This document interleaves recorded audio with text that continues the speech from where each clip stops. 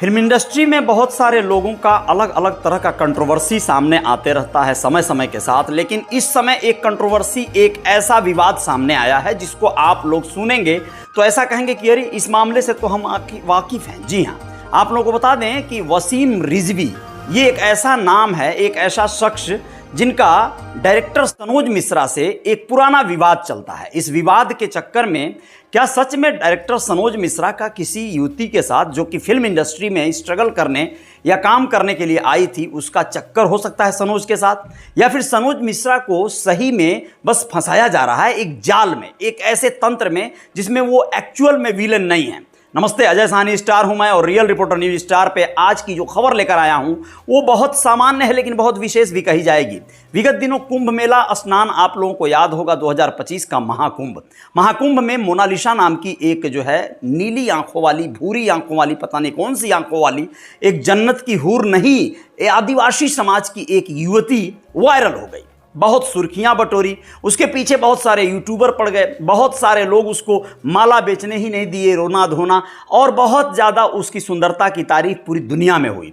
Mona Lisa के पीछे लोग किस हद तक पड़े वो महाकुंभ के बाद लगभग खत्म हो जानी चाहिए थी, लेकिन एक शख्स ऐसे पीछे पड़े कि वो पहुंच गए उसे ढूंढते हुए इंदौर की रहने वाली मोनालिसा एक आदिवासी समाज से आती है। उसके बड़े पिताजी आदि वहाँ के गार्जियन हैं, वो एक सामूहिक परिवार में रहती है। मोनालिसा बहुत ही ज़्यादा बैकग्राउंड और पिछड़े इलाके से मानी जाती है। मोनालिसा को ढूंढते हुए वहाँ पहुँच गए सनोज मिश्रा डायरेक्टर हैं, एक ऐसे डायरेक्टर जिन्होंने बहुत सारी डायरीज बनाई है, बहुत सारी, बंगाल डायरी, अब वो मणिपुर डायरी नाम की एक फिल्म बना रहे हैं। उस फिल्म में मोनालिसा को उन्होंने अनुपम खेर की बेटी के रूप में एक भूमिका में कास्ट कर दिया और उस भूमिका में उसे रोल कराने के लिए ये पहुंच गए एकदम उसके घर पर। ये मामला अखबारों की सुर्खियां बनी, चर्चाएं चली, तो इस मामले से कई लोगों को बहुत सारी जलन हुई। अब ये वसीम रिजवी नाम के एक शख्स ने इंटरव्यू दिया और कहा कि उस आदिवासी और सीधी सादी भोली भाली युवती का जिंदगी सनोज मिश्रा खराब कर देगा, बर्बाद कर देगा। सनोज मिश्रा के परिवार वालों ने कहा कि भाई ऐसा कुछ तो नहीं है, सनोज मिश्रा हमको भले आदमी लगे और हमने उनको अपनी बेटी सौंप दिया है, एक अच्छी अभिनेत्री बनाने के लिए वो कार्य कर रहे हैं। बहुत सारे लोगों ने बहुत सारी समीक्षा किया, बहुत सारे लोगों ने कहा कि नहीं ऐसा नहीं होता है और ऐसा नहीं होना चाहिए, लेकिन ठीक है, सनोज की अपनी शोध है, अपनी जो है तरीका है, अपना तरकीब है, हो सकता है वो कुछ अच्छा करने के लिए ऐसा सोच रहे हों। लेकिन हाल फिलहाल में ये विवाद चल ही रहा था तो वसीम रिजवी और सनोज मिश्रा का विवाद ये सामने आया कि ये लोग पहले जो फिल्में वगैरह बनाए थे उसमें थे पार्टनरशिप का ये लोग दायित्व निर्वहन नहीं कर पाए, आरोप एक दूसरे पे आरोप प्रत्यारोप का दौर चलाए। वसीम रिजवी कहते हैं कि ये बिल्कुल कोई भी काम का आदमी नहीं है, कोई फिल्में नहीं बनाता है, सब बेकार का है। अब यहीं सनोज मिश्रा कहते हैं कि नहीं, वसीम रिजवी जो है पार्टनरशिप की जो जिम्मेदारियां था उसको निभाया नहीं, अकेले सारे राइट्स बेच के और पैसे लेके गायब हो गया, भाग गया। वसीम रिजवी कौन है भैया, ये जानने के लिए आप लोगों को जानना होगा कि लखनऊ में ये कभी पार्षद रह चुके हैं, यानी नगर सेवक समाजवादी पार्टी के सिंबल पर रहे। कुछ ही दिनों बाद घपले उपले को लेके, पैसे के लेन देन को लेके समाजवादी पार्टी ने इनको पार्टी से ही बर्खास्त कर दिया।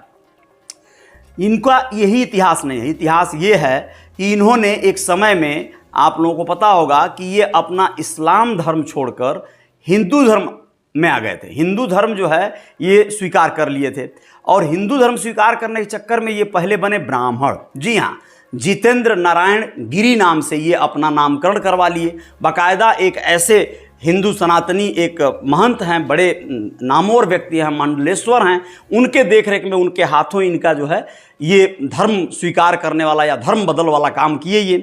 कुछ ही दिन बाद पता चला कि ये जितेंद्र सिंह सेंगर बन गए, यानी ब्राह्मण से राजपूत बन गए। अब इस चीज़ को इन्होंने इतना इजीली किया जिसका बहुत सारे उलेमाओं ने, बहुत सारे लोगों ने विरोध भी किया। सिया वल्फ बोर्ड के अध्यक्ष भी रहे ये, लेकिन इनके ही धर्म और पंथ के लोग इनको बहुत ज़्यादा कहीं ना कहीं गलत ठहराते हैं और कहते हैं कि ये मतलब ठीक नहीं है। लेकिन ये भाई बिजनेसमैन तो हो गए, फिल्में बनाने के ऊपर काम करने लगे, फिल्म वालों से संपर्क किए तो सनोज मिश्रा से टाई अप हुआ और धीरे धीरे ये अपना कार्य करते रहे। बिजनेसमैन आदमी है, पर ये इनसा क्या टसन लगा हुआ है, ये तो मामला कोर्ट में चल रहा है। सनोज मिश्रा ऐसा बताते हैं कि मामला कोर्ट में चल रहा है, मुकदमा चल रहा है, आगे जो फैसला होगा देखा जाएगा। इसी बीच कंट्रोवर्सी एक तो ये आ गई कि सनोज मिश्रा के साथ में एक युवती विगत 5 वर्षों से रह रही थी और लिव इन में रह रही थी मुंबई में, और सनोज मिश्रा के ऊपर उसने एक आरोप लगा दिया, एक आरोप इतना भयानक कि भाई सनोज मिश्रा ने उसके साथ बलात्कार किया है, उसे बहला फुसलाकर फिल्मों में हीरोइन बनाने के नाम पर उसके साथ जो है शारीरिक शोषण किया गया। उस कहानी को वो आगे प्रारूप देते हुए बताती है कि सनोज मिश्रा मुझे इंस्टाग्राम पर मिले थे, संपर्क में आए थे, दोस्ती बढ़ी। अब यहाँ पर वो युवती कहती है कि वो एक दिन झांसी स्टेशन आ गए और बोले मैं झांसी स्टेशन पे हूँ, आ जाओ मिलने, नहीं तो ठीक नहीं होगा। अब ये लड़की कहती कि मैंने समाज का वास्ता दिया, लोक लाज का डर दिखाया, तो उन्होंने कहा कि मैं आत्महत्या कर लूँगा। तो मैं किसी तरह से उनसे मिलने चली गई। अब जब मिलने गई तो ये मुझे एक मतलब अपने बहलावे फुसलावे में ले गए, फिर दूसरे दिन आ गए मिलने के लिए। और ये बातें वो बता रही है सन 2018 के आसपास या 20 के आसपास की। तो ये बोल रही कि दूसरे दिन भी आ गए, फिर आत्महत्या करने की डर धमकी देकर उसे फिर अपने साथ एक रिसोर्ट में ले गए, वहाँ नशीला पदार्थ खिलाकर उसके साथ व्यभिचार किए, वीडियो बनाए, फिर उसे बहला फुसलाकर तमाम चीज़ें दिखाए और डरा धमका कर कि ये वीडियो वायरल कर देंगे अगर तुम मेरा बात नहीं मानोगी तो। इस चक्कर में मैं उनके साथ कई बार शोषित हुई। अब आप लोग ज़रा सोचिए कि कोई व्यक्ति किसी स्टेशन पर अचानक आ जाए, गोरखपुर स्टेशन पर, मुंबई स्टेशन पर, और वो अचानक से किसी लड़की से कहे कि आ जाओ नहीं तो सुसाइड कर लूँगा, तो लड़की को कहना चाहिए कि भाई वहाँ लोकल ट्रेन है, कूद जाओ, कूद मरो, जान दे दो, क्या फ़र्क पड़ता है। लेकिन जाहिर सी बात है कि वो बहुत दिनों से अगर उससे संपर्क में हो, बातचीत कर रही हो, दोस्ती उसका हो गया हो और वो पहुँच गया हो और उसके बाद उसको बुला रहा हो, तो पशुपेश में पड़ेगी, परेशानियों में पड़ेगी, अपनी धज्जियाँ उड़वाएगी। ये सब चीज़ें हुई। लेकिन इसमें जो है अपनी जमानत के लिए याचिका दायर किए थे हाई कोर्ट दिल्ली में सनोज मिश्रा, जो खारिज हो गई और खारिज होने के बाद गाजियाबाद की पुलिस ने उनको गिरफ्तार कर लिया। अब ये बात सुर्खियों में है। लेकिन इसी बीच उस लड़की का एक वीडियो वायरल हुआ है। उस वीडियो में 4-5 मिनट की वीडियो है। वो कहती है कि नहीं, सनोज मिश्रा ने मेरे साथ कोई गलत काम नहीं किया, मैं उनके साथ अपनी इच्छा से लिव इन रिलेशन में रहती हूं और वो मुझे काम देते हैं या काम कराने की जो बातें हैं, हमारे उनके बीच कोई विवाद नहीं है, हमारा मामूली झगड़ा हुआ था।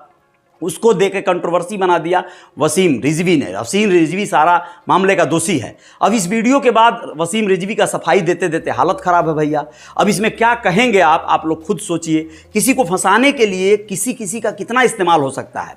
उसकी ही दोस्त का, सनोज मिश्रा की ही दोस्त का इस तरह से जो है इस्तेमाल किया उनके विरोधियों ने कि उसको पहले बहला फुसलाकर, चाहे जैसे भी, उसे पता नहीं कौन सा सब्जबाग दिखाकर उसके नाम से कंप्लेन दिलवा दिया, उसके नाम से शिकायतें दर्ज करवा दी। शिकायत इतनी ही नहीं, 3-3, 4-4 बार अबॉर्शन कराने तक का आरोप लगाया है उस युवती ने।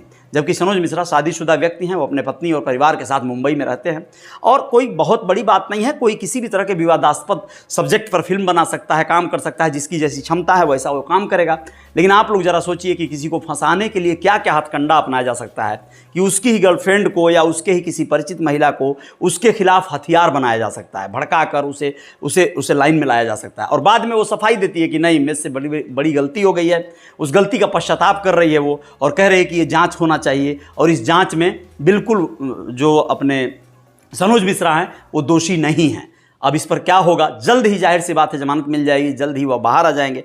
लेकिन अब तक तो यही हो रहा है कि भाई वो गिरफ्तार हुए और ये मामला आगे कहाँ तक बढ़ता है देखते रहिएगा आप लोग। रियल रिपोर्टर न्यूज स्टार पे रहिएगा, हम आएंगे कुछ और खबरों के साथ। जय जयकार जारी रहेगी। नमस्ते, धन्यवाद।